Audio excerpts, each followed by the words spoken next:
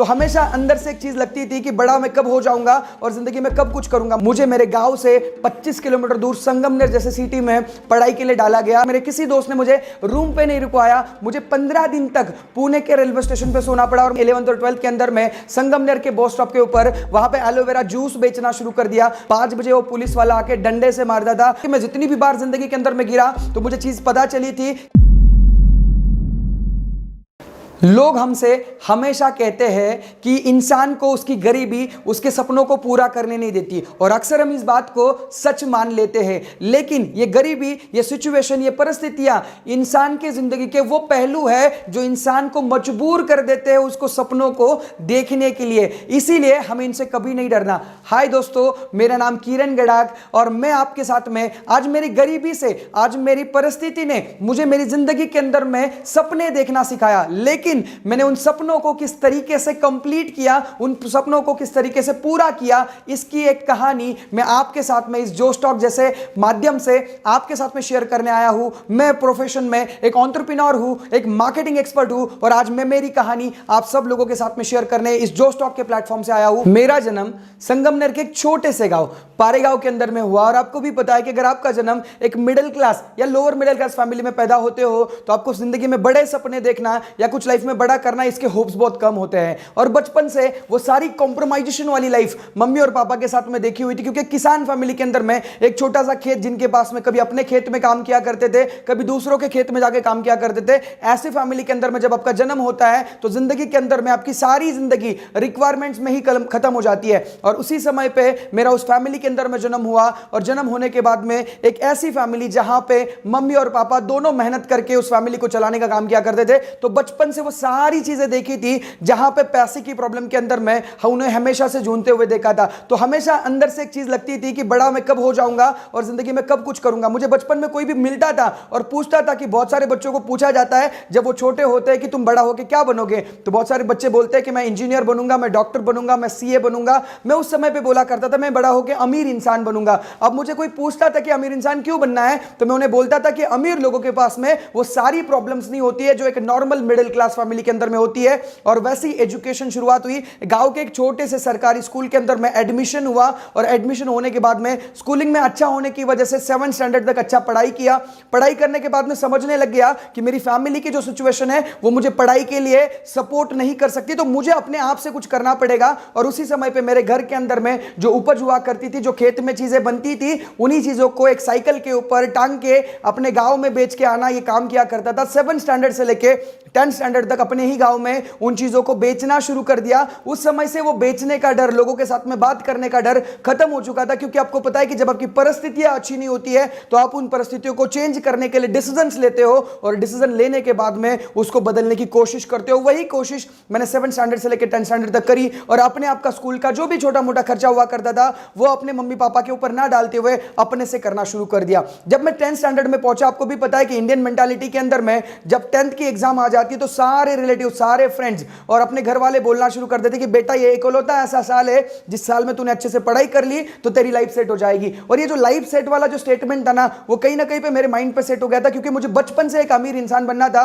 तो life set और अमीर इंसान ये कहीं ना कहीं मैच हुआ करता था। तो मुझे अंदर से लगता था कि चलो यार, अगर मैं पढ़ाई अच्छी कर लूंगा तो मैं लाइफ सेट हो जाएगी। क्योंकि देखो, अगर आपके पास में जिंदगी के अंदर में मान लीजिएगा कि आपकी फैमिली सिचुएशन वैसी नहीं है तो आपके पास में एक ही ऑप्शन बचता है, वो है पढ़ाई। और उस समय पे मैंने 10th के अंदर में बहुत अच्छी पढ़ाई करी, मेरे फैमिली ने मुझे सपोर्ट किया और अगर 91% और 91% मिल गए, मैं बहुत खुश था कि अब मेरी लाइफ सेट हो जाएगी। और वो रिजल्ट लेके जब तक मैं घर पे पहुंच ही रहा था तब तक मेरे फैमिली ने अभी मेरे लिए फ्यूचर की प्लानिंग कर चुके थे। उन्होंने, मैं जैसे ही घर पे पहुंचा, पापा ने मुझे लड्डू खिलाते हुए बोला कि बेटा कांग्रेचुलेशन। और उसी समय पे मैंने अब पापा को पूछा, पापा क्या मेरी लाइफ सेट है? कि पापा ने बोला नहीं बेटा, तुझे 11th और 12th अच्छे से पढ़ाई करनी पड़ेगी और तेरी लाइफ सेट हो जाएगी। मुझे अंदर से समझ में नहीं आया, बट वो लाइफ सेट वाला जो स्टेटमेंट था उसके लिए मुझे मेहनत करनी थी। वंस अगेन मुझे मेरे गांव से 25 किलोमीटर दूर संगमनेर जैसे सिटी में पढ़ाई के लिए डाला गया। और उसी समय पे मेरी मम्मी मुझे संगमनेर के अंदर में आने वाली मेरी गांव से जो बस थी उस बस के अंदर मैं टिफिन भेजा करती थी, जिस टिफिन के अंदर में दोनों समय का खाना मुझे भेजा जाया करता था और उसको मुझे सुबह भी और शाम को भी एक ही टिफिन को खाना पड़ता था। और उसी समय पे बाकी मौसम में तो सही था, बट जब ये मौसम गर्मियों का होने लग जाता था तो उस समय पे शाम पे वो जो सब्जी थी वो खराब हो जाती थी और मुझे अंदर से लगता था कि किरण, क्या हमारे फैमिली के पास में इतना भी पैसा नहीं है कि हम शाम की मेज भी लगा पाए। और उस समय पे मुझे एक चीज समझ में आई थी कि जिंदगी के अंदर में कुछ परिवर्तन लाना है तो आपको खुद को स्टैंड लेना पड़ेगा। और उस समय पे मैंने 11th और 12th के अंदर में संगमनेर के बस स्टॉप के ऊपर वहां पे एलोवेरा जूस बेचना शुरू कर दिया। मुझे आज भी याद है वो समय, क्योंकि मुझे वो जो चीज थी, जो बेचने की जो कला थी, वो मेरे अंदर में उसी समय से आई थी जब मैं 7th एंड स्टैंडर्ड के अंदर में अपने खेती में उपज हुई वो सारी चीजें बेचा करता था। वो बेचने की कला, वो मार्केटिंग करने की कला वहां से ही मेरे अंदर में आई थी। और 12th के अंदर मैंने भी बहुत अच्छी पढ़ाई करी और पढ़ाई करने के बाद में मुझे अच्छे मार्क्स आने के बाद में, आपको भी पता है कि अगर हमारे पास में बाकी कोई बैकग्राउंड ना हो, तो मैंने आपको पहले भी बोला कि पढ़ाई एकलौता साधन होता है और मैंने पढ़ाई बहुत अच्छे से करी। 12th के अंदर में मुझे अच्छे परसेंटेज आए और आपको भी पता है कि अगर जिंदगी के अंदर में मार्क्स अच्छे ना हो तो आपके पास में कोई उम्मीदें नहीं रखता, कोई घर वाले आपसे उम्मीदें नहीं रखते। बट अगर गलती से मार्क्स अच्छे आ जाए तो आपकी मम्मी, आपके पापा, आपके भाई, आपके बहन, आपके रिलेटिव्स, वो सारे लोग आपके ऊपर नजरें बनाए रखते हैं कि इसकी जिंदगी में आगे क्या होगा। घर वालों ने डिसाइड किया कि आफ्टर 12th मैं इंजीनियरिंग के अंदर में जाऊंगा, बट हमारी रियलिटी जो है वो और हमारी एक्सपेक्टेशन जो है वो मैच नहीं हो रही थी, क्योंकि मेरी जो फाइनेंशियल रियलिटी थी वो कुछ अलग कह रही थी। और मेरे घर वाले, आपको पता है कि गांव के अंदर में जो घर वाले हैं वो अपने डिसीजंस, अपने रिलेटिव्स, अपने आजू बाजू वाले और अपने जो सगे संबंधी है उनके अंदर में क्या चल रहा है। मेरे घर में ऑलरेडी 4 से 5 इंजीनियर हुआ करते थे और उन सारे लोगों को इंजीनियर देखते हुए मेरी मम्मी का भी सपना था कि अपने बेटे को इंजीनियर बनाना है, बट उनकी रियलिटी और उनकी एक्सपेक्टेशन मैच नहीं हो रही थी। बट मुझे इंजीनियरिंग के अंदर में डाला गया। मेरे सारे दोस्त पुणे शिफ्ट हो चुके थे, क्योंकि जिनके पास में बहुत अच्छे मार्क्स थे वो सारे पुणे शिफ्ट हो चुके थे। But due to my money, मुझे पैसे की वजह से मुझे मेरे घर से 25 किलोमीटर दूर लोनी जैसे सिटी के अंदर में इंजीनियरिंग के लिए डाला गया।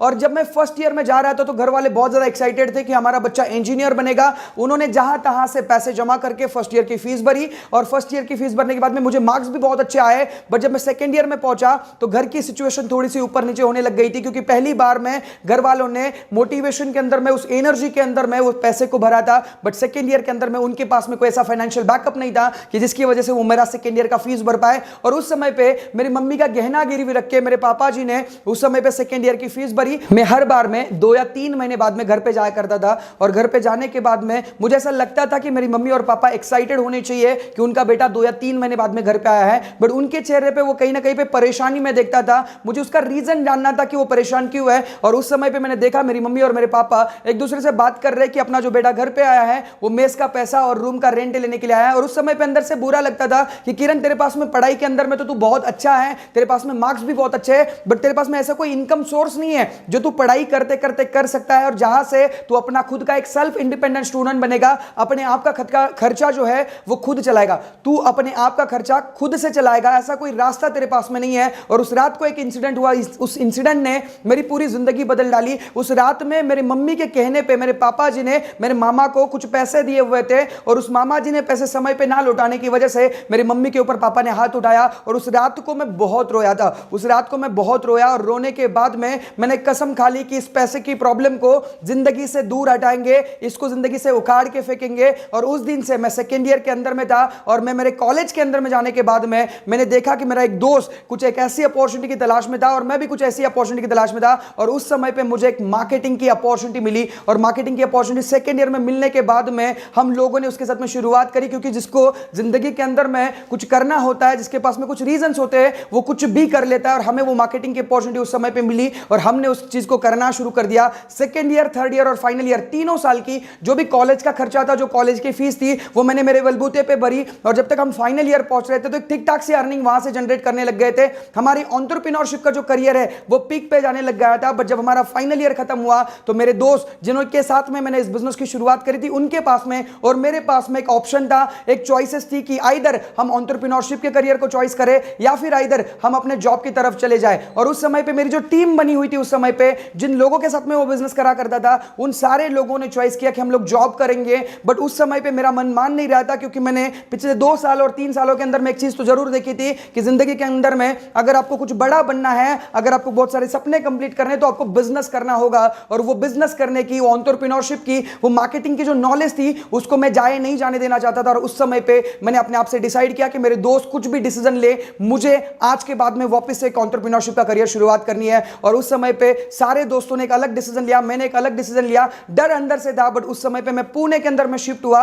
और पुणे के अंदर में जब शिफ्ट हुआ तो मुझे लग रहा था कि कोई दोस्त मुझे रूम पे रुकवाएगा, बट उस समय पे ऐसा हुआ कि मेरे किसी दोस्त ने मुझे रूम पे नहीं रुकवाया। मुझे 15 दिन तक पुणे के रेलवे स्टेशन पे सोना पड़ा। और मुझे आज भी याद है वो इंसिडेंट, जिस इंसिडेंट की वजह से मेरी जिंदगी के अंदर में बहुत सारे पॉजिटिव बदलाव आए। उस इंसिडेंट की वजह से मैं आज भी बहुत ज्यादा इंस्पायर होता हूं। उस 15 दिनों के अंदर में मुझे रियल लाइफ समझ में आई थी कि जब मैं उस रेलवे स्टेशन पे सोया करता था तो वो लोग जो मेरे आजू बाजू में सोया करते थे, कोई अलग अलग टाइप के लोग मेरे आजू बाजू में सोया करते थे। उस समय पे बुरा लगता था कि सिचुएशन क्या है। मैं भगवान को ऊपर देख के बोला करता था कि भगवान तू ये सारी चीजें मेरे साथ में क्यों कर रहा है। बट मुझे वापस से मैंने पॉजिटिवली एक आंसर पूछा कि भगवान तू ये सारी चीजें मेरे साथ में ही क्यों कर रहा है। तो उस समय पे भगवान ने मुझे बोला कि तुझे मैं कुछ बड़ा देना चाहता हूं। और मुझे आज भी याद है 5 बजे वो पुलिस वाला आके डंडे से मारता था, आप किसी एक सरकारी वॉशरूम में जाके अपने कपड़े चेंज करोगे और वापस से एनर्जाइज होके, वापस से एक मोटिवेट होके मार्केट में कुछ बेचने निकल जाओगे, और आपको एक्सपेक्टेशन होगी कि अननोन लोग आपसे कुछ चीजें खरीदेंगे। उस तरीके से मेरा करियर की शुरुआत मैंने वंस अगेन जीरो से शुरुआत करी। कि मैं जितनी भी बार जिंदगी के अंदर में गिरा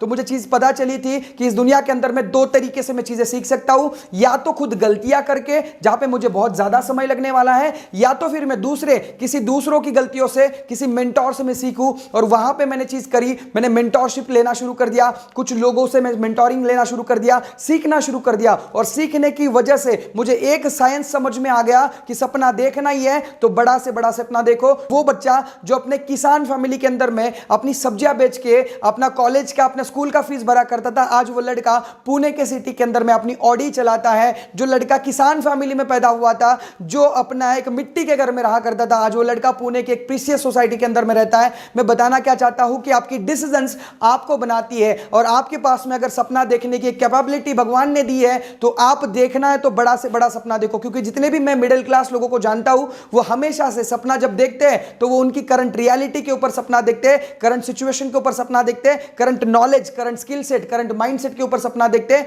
अगर आपको और मुझे एक सपना देखना है तो बड़ा से बड़ा देखना है। आप, मुझे पता है आप लोग मुझे कमेंट बॉक्स में कमेंट करके बताएंगे कि आप आज के बाद में जो भी सपना देखोगे वो बड़ा से बड़ा देखोगे। और जाते जाते एक छोटी सी चीज के साथ मैं इस सेशन को एंड करना चाहूंगा, इस टॉक को एंड करना चाहूंगा। कल कोई दौर और था, यहां पे कोई और था, आज कोई दौर और है, यहां पे कोई और है, और कल कोई दौर और आएगा, यहां पे आप में से कोई और आएगा। Thank you so much. इस वीडियो के बारे में अपनी राय नीचे कमेंट सेक्शन में हमें बताएं और अपने दोस्तों के साथ ये वीडियो शेयर करना ना भूलें।